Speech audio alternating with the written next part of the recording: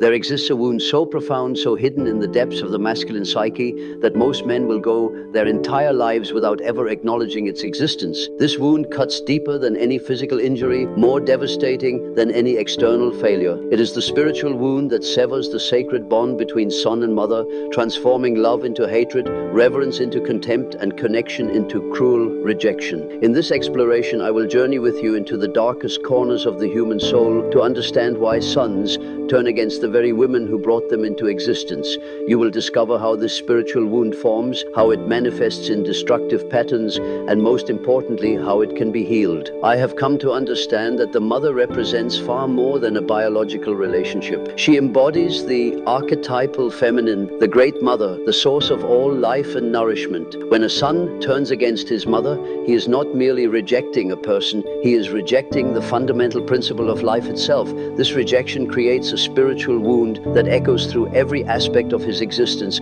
poisoning his relationships, his sense of self, and his connection to the divine feminine within his own psyche. The spiritual wound begins in the earliest moments of a son's life, long before conscious thought takes shape. In the womb, the son exists in perfect unity with the mother, sharing her breath, her heartbeat, her very essence. This is the original paradise, the state of perfect connection that every soul remembers on some unconscious level. Birth itself becomes the first great trauma, the expulsion from this sacred unity into the harsh reality of separation. The son spends his entire life either trying to return to this unity or violently rejecting it. I have taught that the mother archetype carries both the nurturing and devouring aspects of the feminine. The nurturing mother provides love, care, and protection, while the devouring mother threatens to consume the son's emerging individuality. This duality creates an impossible paradox for the developing male psyche. The son needs the nurturing mother to survive, yet fears the devouring mother will prevent him from becoming his own person. This paradox plants the seed of the spiritual wound. As the son grows,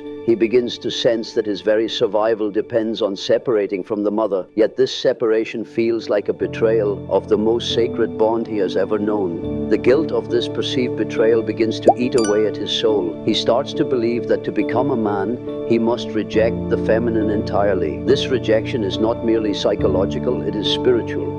He is cutting himself off from half of his own divine nature. The spiritual wound manifests differently in each son, but the patterns are remarkably consistent. Some sons become overly dependent, never truly separating from the mother and remaining spiritual infants throughout their lives. Others swing to the opposite extreme, becoming aggressively independent and viewing any form of emotional connection as weakness. Both responses are symptoms of the same spiritual wound, the inability to integrate the masculine and feminine aspects of the psyche in a healthy way. The son who turns against his mother often does so because he has never learned to honor the sacred feminine within himself. He has been taught by society that emotions are feminine and therefore weak, that vulnerability is feminine and therefore dangerous, that intuition is feminine and therefore unreliable. In rejecting these aspects of himself, he must also reject the mother who embodies them. She becomes a living reminder of everything he has been taught to despise about himself. This spiritual wound is deepened by cultural and religious traditions that have systematically devalued the feminine. In many spiritual traditions, the masculine is associated with the divine, the transcendent, the pure, while the feminine is associated with the earthly, the material, the impure. The son unconsciously absorbs these messages and begins to see his mother not as a sacred being who gave him life, but as a representative of everything base and worldly. He believes that to reach spiritual heights, he must reject the feminine entirely. The tragedy of this spiritual wound is that it cuts the son off from his own wholeness. I have come to understand that every human being contains both masculine and feminine aspects, the anima and animus, and that psychological health depends on integrating these opposites. The son who rejects his mother is rejecting his own anima, his own capacity for feeling, intuition, and emotional connection.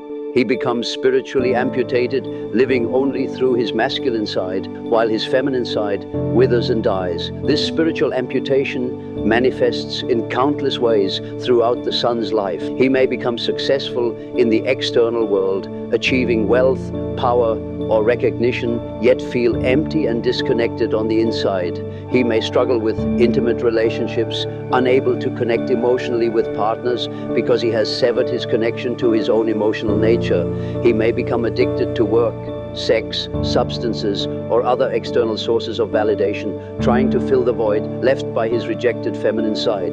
The mother, meanwhile, becomes the repository for all of the son's projected shadow material. She is blamed for his emotional neediness, his vulnerability, his sensitivity, all the aspects of himself he cannot accept. She becomes the scapegoat for his spiritual wound, punished for carrying the very qualities that could heal him if he could learn to integrate them. The son's attacks on his mother are actually attacks on his own rejected feminine nature. I have observed that the spiritual wound between mother and son often manifests as a complex and autonomous constellation of thoughts, feelings, and images that takes on a life of its own in the unconscious. The mother complex can dominate a man's entire life, influencing his choice of partners, his career decisions, his relationship to authority, and his sense of self-worth. The son may spend decades trying to prove his independence from the mother, not realizing that his very efforts to reject her keep him bound to her in a negative way. The spiritual wound is particularly devastating because it occurs at the intersection of the personal and the transpersonal. The mother is not just an individual person, she is a representative of the eternal feminine, the creative principle of the universe. When the son rejects his mother, he is rejecting his connection to the source of all life. He becomes spiritually orphaned, cut off from the nurturing matrix that gave him birth. This spiritual orphaning often leads to what I have called the puer aeternus syndrome, the eternal child who refuses to grow up. The son may remain emotionally stunted, unable to take responsibility for his own life because he has never truly separated from the mother in a healthy way. He may spend his life searching for the perfect woman to replace the mother he has rejected, yet sabotage every relationship because no woman can fill the void left by his severed connection to the archetypal feminine. The healing of this spiritual wound requires a profound shift in consciousness. The son must learn to see his mother not as a personal enemy, but as a sacred vessel through which the divine feminine entered his life. He must recognize that his rejection of her is actually a rejection of his own divine nature. This recognition is often painful, requiring the son to confront the depths of his own woundedness and the cruelty of his past actions. The path to healing begins with what I have called the transcendent function, the ability to hold the tension between opposites without collapsing into either extreme. The son must learn to hold both his need for independence and his need for connection, his masculine and feminine aspects, his love and his anger toward the mother. This requires a level of spiritual maturity that few men achieve, the ability to contain paradox without demanding resolution.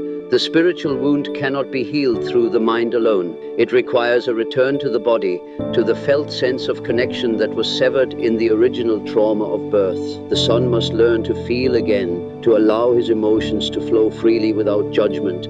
He must reconnect with his capacity for vulnerability, tenderness, and compassion. This is not about becoming feminine, but about integrating the feminine aspects of his nature that have been rejected and suppressed. The healing process often involves what I have called the encounter with the shadow, the confrontation with all the aspects of the self that have been denied or projected onto others. The son must face his own cruelty, his own neediness, his own vulnerability. He must take back the projections he has placed on his mother and own them as parts of himself.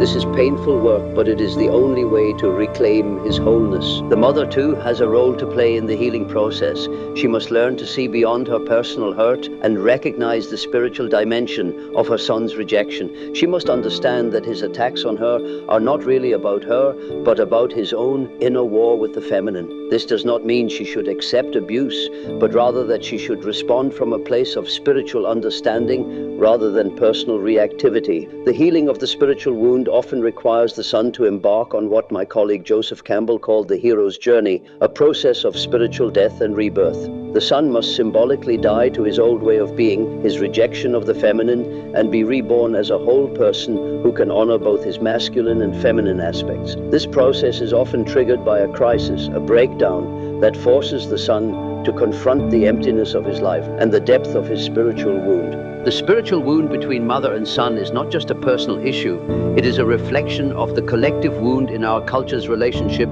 to the feminine. We live in a patriarchal society that has systematically devalued the feminine, treating it as inferior to the masculine. This cultural wound is passed down from generation to generation, creating sons who feel they must reject their mothers to become men and mothers who feel they must sacrifice themselves to be loved. The healing of this wound requires not just individual work, but collective transformation.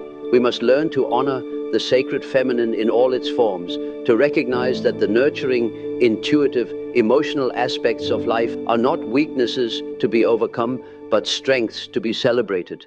We must create new models of masculinity that include the capacity for emotional connection, vulnerability, and care. The son who has healed his spiritual wound becomes a bridge between the masculine and feminine worlds. He can access his own emotional depths without losing his sense of strength and purpose. He can form intimate relationships without losing his autonomy. He can honor his mother without sacrificing his independence. He becomes a whole person, integrated and complete. The healing of the spiritual wound is not a destination, but a lifelong journey. It requires constant vigilance, the willingness to face the shadow again and again, to choose love over fear, connection over isolation. It requires the courage to be vulnerable, to feel deeply, to risk being hurt in the service of wholeness. I have taught that the wound and the gift are often the same thing. The son's spiritual wound, his severed connection to the mother and the feminine, can become his greatest source of strength if he learns to heal it consciously. Through healing his relationship with his mother, he heals his relationship with the feminine principle itself. Through integrating his rejected feminine aspects, he becomes a more complete and authentic human being. The spiritual wound between mother and son is one of the most profound challenges facing men in our time. It is a wound that affects not just individual families, but the entire fabric of society. When men are cut off from their feminine nature, they become destructive, aggressive, and emotionally disconnected. They create wars, destroy the environment, and perpetuate cycles of violence and abuse. The healing of this wound is not just about individual therapy or personal growth. It is about the evolution of human consciousness, the integration of masculine and feminine principles that is necessary for our species to survive and thrive. It is about creating a world where mothers and sons can honor each other without sacrificing their own authenticity, where the sacred feminine is respected and valued, where wholeness is possible for all. If you recognize yourself in these words, whether as a son carrying this wound or as a mother witnessing its effects, know that healing is possible. The first step is always awareness, the recognition that what seems like personal animosity is actually a spiritual crisis. The second step is compassion for yourself and for the other person caught in this ancient pattern. The third step is commitment, the willingness to do the difficult work of integration and healing. The spiritual wound between mother and son is perhaps the most fundamental wound in human consciousness. It is the wound that separates us from our own wholeness, our own divine nature. But it is also the wound that, when healed, can transform us into beings of extraordinary compassion, wisdom, and love. The choice is ours in every moment to choose healing over wounding, integration over separation, love over fear. I remind you that we are not here to cure the world, but to heal ourselves. As we heal our own spiritual wounds, we contribute to the healing of the collective wound. As sons learn to honor their mothers and their own feminine nature, as mothers learn to release their sons while maintaining their own dignity, we create a new template for human relationship based on mutual respect and sacred connection. The journey from spiritual wound to spiritual wholeness is the greatest adventure any human being can undertake. It requires courage, patience, and faith in the possibility of transformation. But for those who are willing to make this journey, the rewards are beyond measure. They become bridges between worlds, healers of ancient wounds, and pioneers of a new way of being human.